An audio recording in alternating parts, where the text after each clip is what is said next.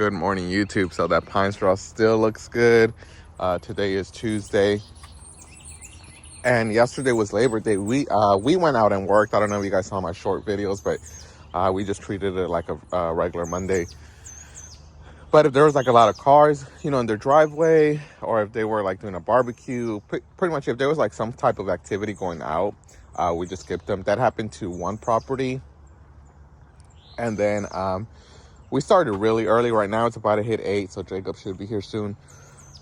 But now that we're kind of in spring, I think this is considered fall now. I'm actually already wearing my hoodie. So one thing about me is that I actually prefer the hot over the cold. I'm not a cold person. It's just how my body is. But yeah, I would prefer summer over winter. And then pretty much once it's fall, I guess now, once it starts to drop even more, I wear gloves, like winter socks. I'm a little extra with all that stuff. But today I wanted to talk about something that all new lawn care providers should stop doing, because I've seen it happen a couple times. A few people have sent me messages here and there, and to me, I don't know. It's just, I've never been in that situation, and that's why I kind of want to make a video about it, of how I avoided these things. But it's payment or not getting payment for a service that you already provided. So I know it happens. Obviously, it happens because I get messages and whatnot. But one thing I really want to emphasize is, if a client is behind on payment and it's a new client, don't service them again. Because if you're having a hard time getting payment from them, the chances of you getting paid for that second or third visit are very low. And if you did the payment and they just stop responding, and it's just funny how it works. When they need the service done, they'll be blowing you up. They'll be calling you. They text you right away, trying to, make sure that they get on your schedule. And as soon as you do the service, it just goes quiet, right? They take their time. They drag their feet. They don't want to pay. And I think this is why I switched over. Well, this is one of the main reasons why, for new clients, I switched over to billing at the beginning of the month. I did have a question for people that have their card on file. I do have a couple accounts where I have their card on file, but for those accounts, pretty much I charge them per bill. Is that what you guys are doing, or do you guys charge the card at the beginning of the month, and then pretty much if the card doesn't go through, you don't service them, or do you service them per visit and then just send them the receipt? But anyways, back to the topic. Yes, please. It's different, right? If you've had them for a season or a few months and they're constantly always paying on time, and then they hit like, a little rough patch in life or whatever, and they're like, hey, it's going to take a little bit for me to pay you. That's different, because you've already built that relationship, or you already have that communication with those clients because you've done business with them. So those, there are a few exceptions, and I've had clients tell me like, hey, Manny, like, we're going through something. Is it okay if I pay you this, next week or whatever? And I'm like, yeah. And then eventually, if it's like a constant thing, then I'll be like, hey, do you want me just to take you off of my schedule for a little bit, and then reach out back to me when you want to be put back? And then, I emphasize, as a small lawn care business, I mean, it's not going to break or make me, but of course I want to get paid for a service that we did, because obviously, my time was wasted, or, I took Jacob, the wear and tear on our equipment. So it's not going to break me, but of course I want to get paid. And I think it just comes down to like the principle. We provided the service that we agreed on. I kept my end of the deal. Now it's your turn to keep up your end of the deal. But this actually happened this a couple months ago.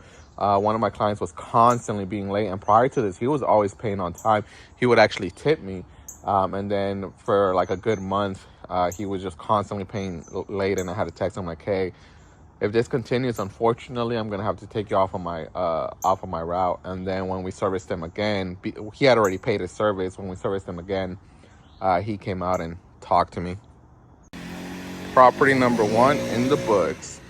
But yeah, he came out, and pretty much he was like, hey, he's like, has it been 2 weeks already? Because he had just paid me, but he was behind payment.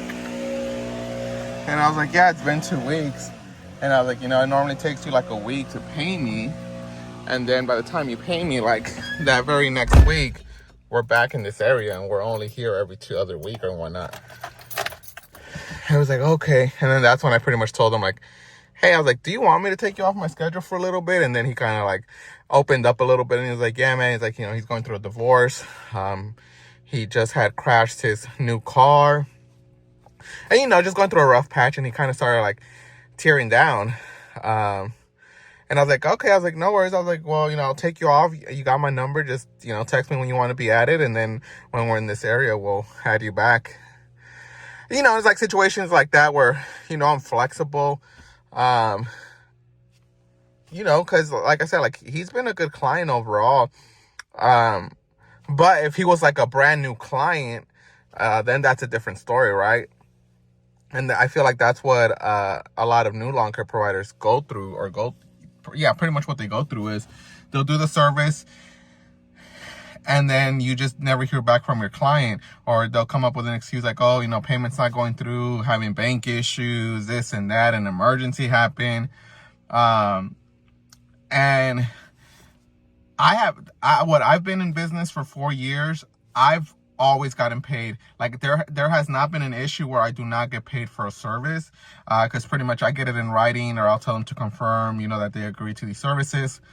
And then I'll put a screenshot of what you can do if they do not want to pay. Now that's a whole different video, but that method works like right now 100%. Like there has not been an issue. There has not been an instance where if I go through those steps, I do not get paid. Like as soon as we hit that like final step, I get payment within minutes, minutes or hours, but ultimately I get paid.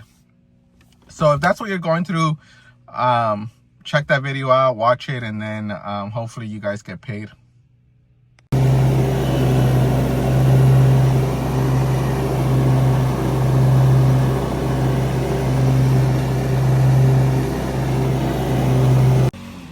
So this is property number 3. We've done 2. We're blowing through these yards. I mean, grass is definitely starting to slow down. And we've had 2 weeks without any rain. So I told you, our season is coming to an end very quickly. So it's almost that time to just sit back, take it easy, relax. Am I worried about winter? Not necessarily, because like throughout the whole season, I've been constantly reminding myself about, how slow it gets for winter. So I'm honestly looking forward to it. My body's definitely feeling it even now. Feels like I got ran over by a train or something. Like like every piece of muscle in my body aches right now. My legs, my arms. So I'm looking forward for that winter, but I also know during winter I'm gonna be going crazy, just being stuck in the house. But that's why you want to save money too, to go out, vacation, keep you and the family occupied and whatnot.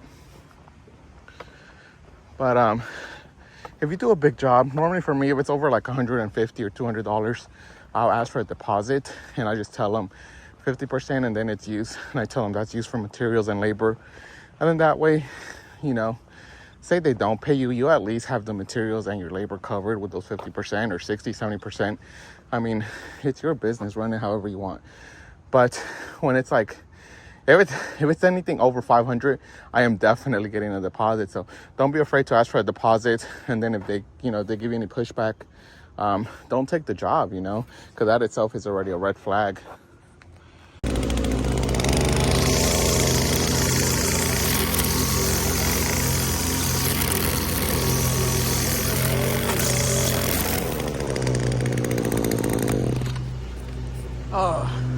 I think this is number 5. Got Jacob mowing. Man, I am still not feeling it, y'all. Like, my legs are still freaking sore. But I don't complain to other people. Like, I'm literally just, like, complaining to y'all or I guess to myself. So that, because I'm trying to be transparent with y'all and pretty much tell you guys, like, like, this is not easy. It's hard. Your body definitely takes a toll as the season keeps going. And, you know, eventually some guys just throw in the towel. It's too much for them. They don't have the willpower, the stamina. Whew, let me put this guy up. So I got Jacob blowing. Yeah, as I was saying, you know, I have a really good poker face, and I think it's just my background, you know, it might be a Mexican thing. Like, we have that machismo in us where, you know, if to Jacob or you know, to my wife, like, I really don't complain or whine or, in other terms, like, bitch about, you know, how I feel. Like, I know what needs to get done. I come out here and make sure shit gets done. But this channel is, you know, about me being full transparent, and it sucks. It sucks miserably right now. Well, I am miserably messed up right now. But yeah, you know, it is what it is.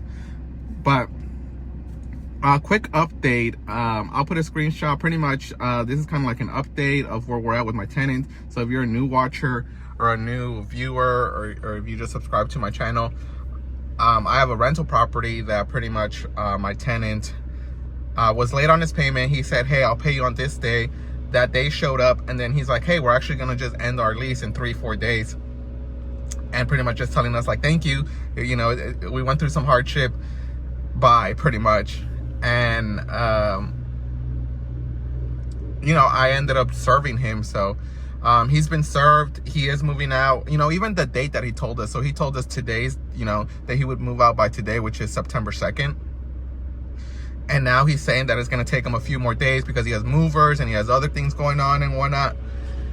And pretty much like a couple more days. He's going to stay there a couple more days to make sure everything's cleared out and whatnot. And it's just things like that where, like, you know, pretty much the last thing that, you know, that we emailed each other, or like one of the few last emails, was, you know, that we were going to start the eviction process. And his wife was hot-headed, and she said, okay, you know, she put like a long email and said, see you in court. So I started the process, and then like 2 days later, the husband reached out, and I guess they, you know, he thought it over. He got, you know, a little bit, I guess he thought it over, and he was in a better thinking spot or space, and pretty much saying like, hey, you know, I want to work out a working plan, you know, to pay everything that he needs, or, you know, what he owes, because he, you know, he owes last month's rent plus this month, like the pro rate of how long he's been there. And at this point, like, trust has been lost on my end, or from their end. You know, like, I cannot trust you on what you're saying, or what, you know, whatever plan you're thinking about. Like, I cannot trust you, because we went from, hey, you know, late's gonna be, you know, rent's gonna be late, and I'll include the late fee, to thank you, you know, it's been a pleasure, whatever, bye bye, pretty much. And now you're kind of like backtracking to, well, let's work something out. I'm okay working something out, and we could work something out, but regardless, I am not going to put all my eggs in one basket and kind of like take him for his word. So he ended up being served. He got served. Of course, he's texting my rental property manager. He's freaking out because he's like, oh, I thought we were going to work something out. Like, I just got served in front of my movers. And it's like, I don't care. Like, you know, like, you are an adult. We had a written agreement.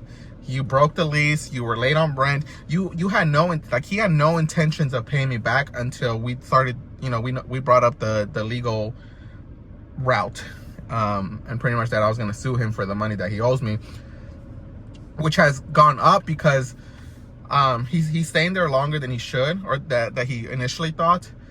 And I got to see what the property looks like when I walk in. If it's a shit show, which I don't think it is, you know, they were very clean people. I do think they took good care of the property, but I'm just speculating. Like, all those costs is going to come out of my pocket, and therefore I need to go after you.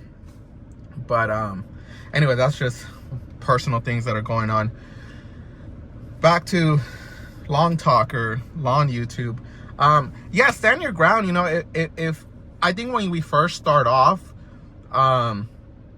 we bend over backwards, and we're kind of like, we don't want to push our boundaries too much or make our clients feel uncomfortable, because we ultimately want to land the job.